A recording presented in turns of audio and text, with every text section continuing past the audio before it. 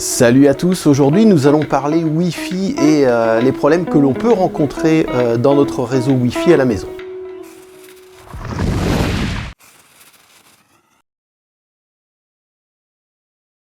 J'ai décidé de vous présenter aujourd'hui la dernière antenne de chez OneLink qui permet d'atteindre un débit de 1200 mégabits par seconde, donc c'est la vitesse de la fibre, mais en réseau Wi-Fi. Quand on a du réseau Wi-Fi à la maison, on a souvent des problèmes de réception, et notamment donc sur mon projet de tondeuse solaire autonome, il fallait une excellente couverture du Wi-Fi sur mon terrain de tonte. Je rencontrais des problèmes de réception à certains endroits, la connexion Wi-Fi n'était pas fiable, mais également avec Home Assistant, lorsqu'on utilise des capteurs avec des cartes ESP8266 ou des ESP32, on n'a pas forcément une excellente couverture en Wi-Fi. Donc j'ai décidé d'acheter cette petite antenne de chez OneLink à moins de 100 €, hein, c'est vraiment un prix hyper intéressant. C'est une antenne étanche qui va s'installer à l'extérieur, donc on va voir comment on va l'installer. Elle permet d'atteindre jusqu'à 1200 mégabits par seconde, donc si on est fibré chez soi, on a la vitesse de la fibre en Wi-Fi, donc ça c'est plutôt un excellent point. Cette antenne dispose de plusieurs fonctionnalités. Elle peut faire donc point d'accès Wi-Fi, donc si vous avez un camping, un grand terrain, etc., et que vous voulez disposer du Wi-Fi sur toute la surface de votre terrain, grâce à cette antenne qui va être installée à l'extérieur, donc elle est étanche bien sûr, on va pouvoir disposer d'une connexion Wi-Fi de très bonne qualité. Elle peut faire également répéteur Wi-Fi, donc si vous avez un point d'accès Wi-Fi quelque part avec votre box, mais qui n'est pas excellent, puisque souvent les points d'accès Wi-Fi des box sont installés dans les maisons d'habitation, donc dès qu'on a quelques murs, ça devient très vite compliqué d'avoir un excellent réseau Wi-Fi. Cette antenne va pouvoir récupérer le signal de votre box, donc soit par RJ45, soit par le Wi-Fi, puisque ça peut faire répéteur Wi-Fi aussi. Elle va pouvoir récupérer la connexion internet de votre box et pouvoir diffuser en extérieur ou sur une longue distance le signal internet de votre box.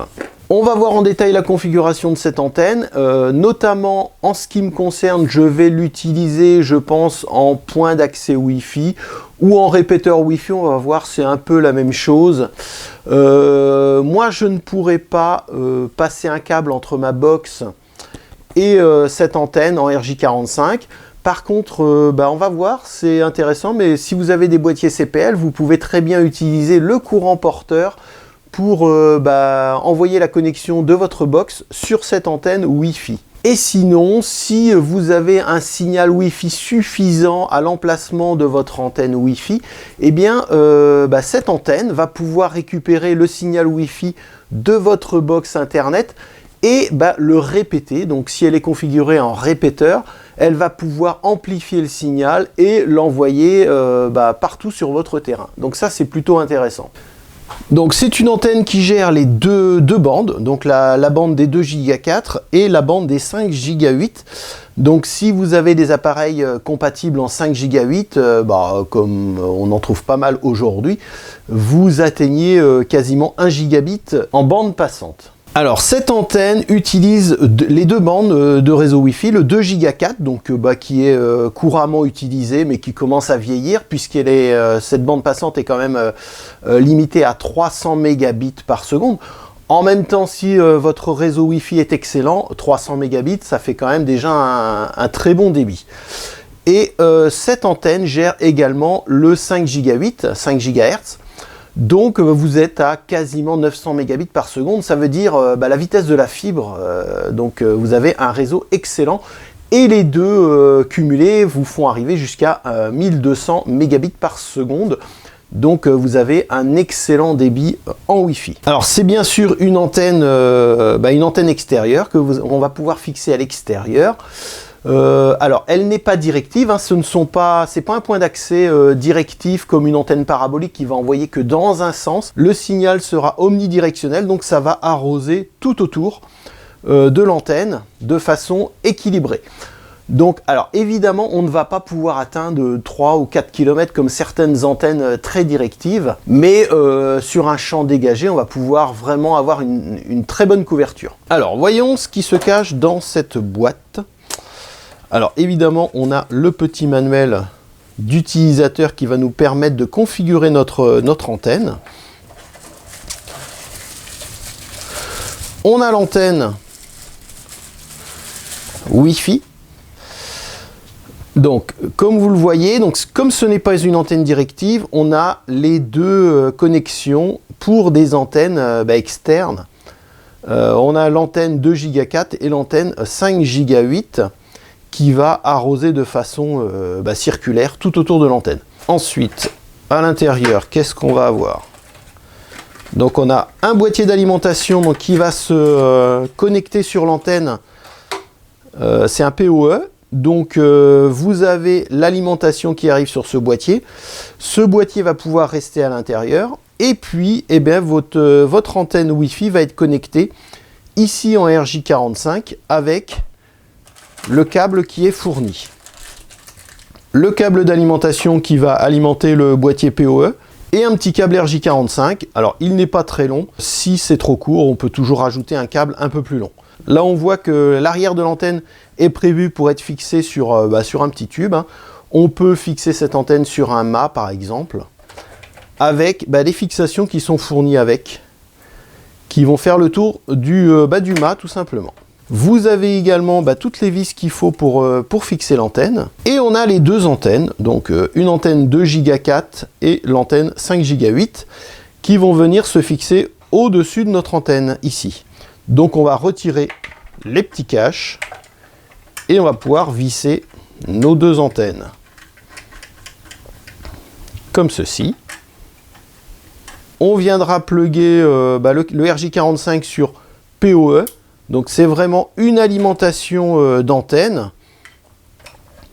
On va retirer le petit cache en bas de l'antenne. On vient connecter le boîtier PoE en RJ45 sur le RJ45 de gauche, donc qui est le LAN, tout simplement. Et là, on va pouvoir maintenant configurer notre antenne Wi-Fi.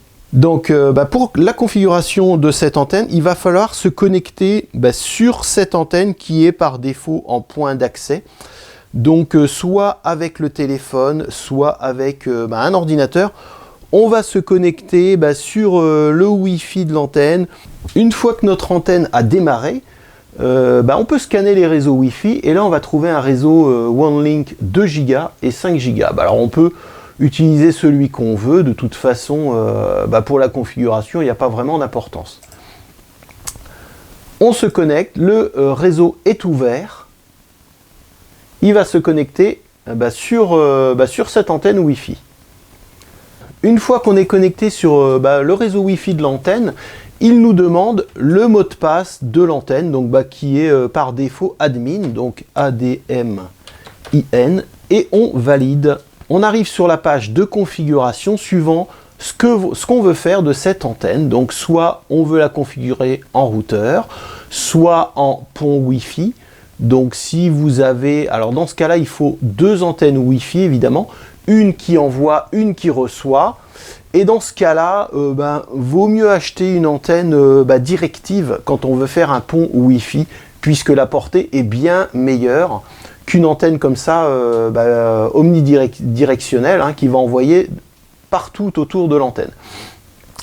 Mais on peut quand même faire un pont Wi-Fi, donc le bridge ici. On peut faire également un point d'accès Wi-Fi. Donc si on veut envoyer Internet sur tout un terrain, en l'occurrence par exemple sur un terrain de camping où on veut un accès Wi-Fi sur l'ensemble du terrain de camping, on va plutôt configurer un point d'accès AP ici qui va donc permettre d'envoyer Internet sur tout le terrain de camping ou sur un grand terrain par exemple. Donc là, si on utilise un point d'accès avec câblage filaire en RJ45, il va falloir ramener un RJ45 entre notre box Internet et le LAN du boîtier PoE. Alors de cette manière, ça nous permet d'obtenir le meilleur débit hein, quand on a un câble RJ45 entre notre box internet et l'antenne. Évidemment, on aura le meilleur débit puisque bah, les ports RJ45 de notre antenne Wi-Fi étant 1 gigabit, donc c'est un débit extrêmement rapide.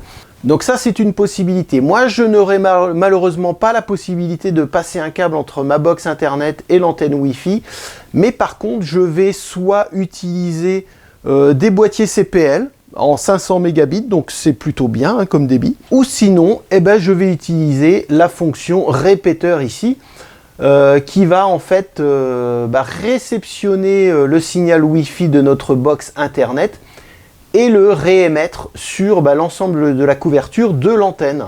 Et à la place d'utiliser la fonction répéteur, on va plutôt la configurer en point d'accès AP.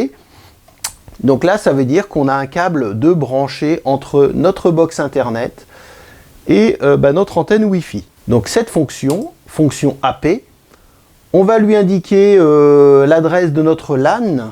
Au niveau de la configuration des adresses IP, donc par défaut, on est en 192.168.10.1, sauf que il va falloir renseigner les mêmes adresses IP que votre box internet. Donc par défaut, généralement, on est à 192.168.1 quelque chose. Donc là, on va alors vérifier votre configuration de votre box internet, mais globalement, normalement, c'est 1, voire 0. Et là, on va lui indiquer, par exemple, une adresse IP, mais qui ne doit pas être prise, sinon vous aurez un conflit. Donc, vérifiez bien les adresses IP disponibles dans votre réseau. Et moi, je vais lui indiquer ici, par exemple, 150, puisque en 150, il y a peu de chances que ce soit pris. Et je valide. Là, on va accéder à la configuration de notre réseau Wi-Fi, donc lié à notre répéteur, hein, enfin à notre antenne Wi-Fi. On a la possibilité de séparer nos réseaux Wi-Fi, donc soit en 2 Go 4, 5 Go 8, avec deux noms différents, ou alors on peut lier les deux réseaux Wi-Fi en un seul, donc ce qui peut être pas mal.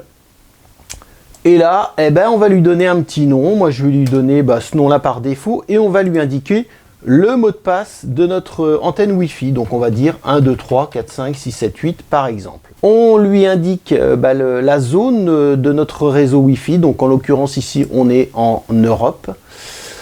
Par défaut 40 MHz. On laisse par défaut les paramètres qui sont indiqués ici. Et on valide avec Next. On a un petit récapitulatif de notre configuration Wi-Fi et on clique sur Finish pour envoyer la configuration dans notre antenne Wi-Fi. Une fois que notre antenne a redémarré, on arrive sur sa page de configuration avec l'adresse qu'on vient de lui renseigner, donc 192.168.1.150. Et là, on voit qu'on est en point d'accès Wi-Fi. Et vous avez un tas d'informations indiquées à l'écran avec l'utilisation de la mémoire, la vitesse du CPU, etc.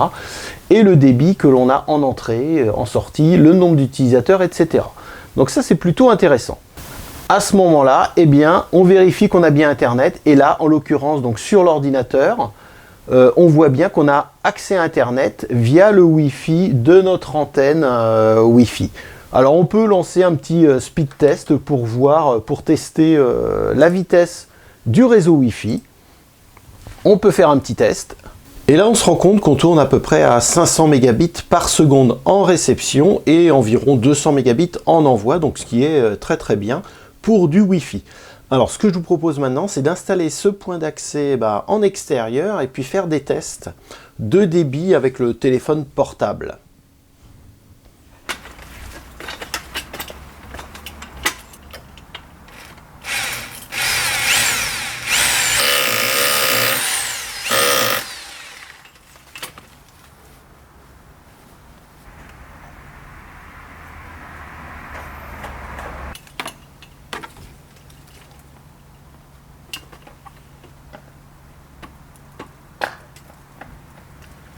Donc là j'ai fixé l'antenne en hauteur sur le terrain pour avoir un bon débit, donc bien placé au milieu du terrain. J'ai décidé de fixer l'antenne avec des chuis tout simplement sur le mur, puisque là j'ai pas vraiment une grande surface de terrain à couvrir pour le Wi-Fi, donc ça va suffire. Si vous avez un terrain un peu plus grand, ça va de soi, il vaut mieux fixer cette antenne sur un mât en hauteur pour couvrir le maximum de surface. Donc là j'ai mis 2 chevilles tout simplement, c'est très vite fait. Je vais connecter la sortie de l'antenne sur le boîtier PoE et je vais connecter les CPL pour envoyer Internet sur cette antenne. On pourra ensuite faire des tests de débit pour voir à quel débit on fonctionne. Les boîtiers CPL que j'utilise sont des 500 mégabits, donc de toute façon on ne pourra pas aller au-delà de 500 mégabits, mais en Wi-Fi c'est déjà largement suffisant. L'antenne évidemment est fournie avec l'alimentation PoE. Là on a l'arrivée Internet par les boîtiers CPL et puis à côté on a le connecteur PoE pour l'antenne, donc pour alimenter l'antenne. Donc le câble qui sort de l'antenne, je vais la connecter sur ce RJ45 et après on pourra brancher tout simplement l'installation et voir ce que ça donne au niveau débit. Pour le test, moi je branche le boîtier PoE en extérieur, mais alors évidemment on passe le câble à l'intérieur pour l'abriter de l'humidité, puisque ce boîtier PoE d'alimentation n'est pas étanche, donc il doit être à l'intérieur.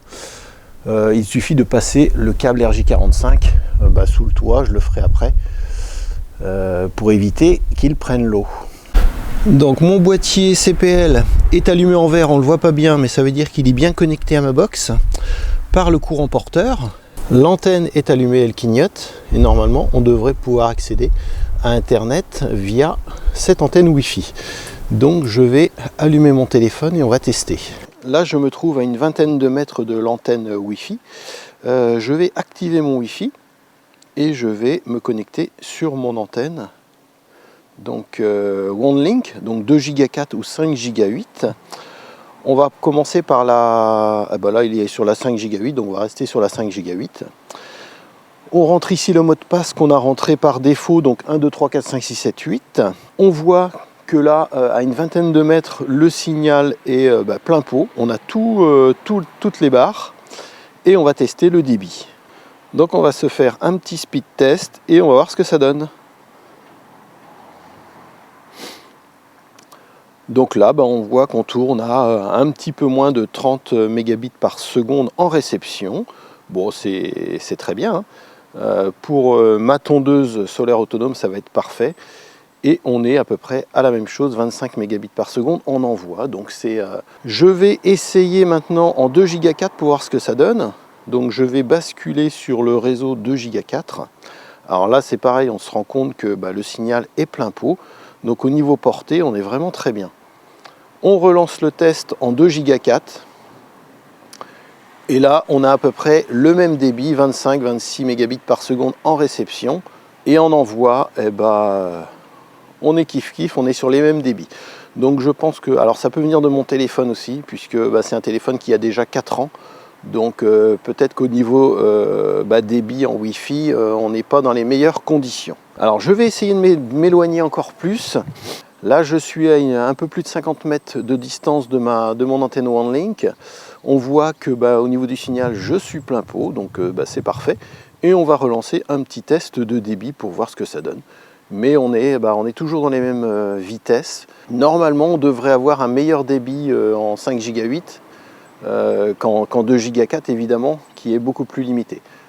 Et lorsque je fais le test au pied de l'antenne, j'ai le même débit en passant par les boîtiers CPL, alors que sur l'ordinateur, j'avais un débit de 500 mégabits par seconde. Donc ça vient peut-être de mon téléphone.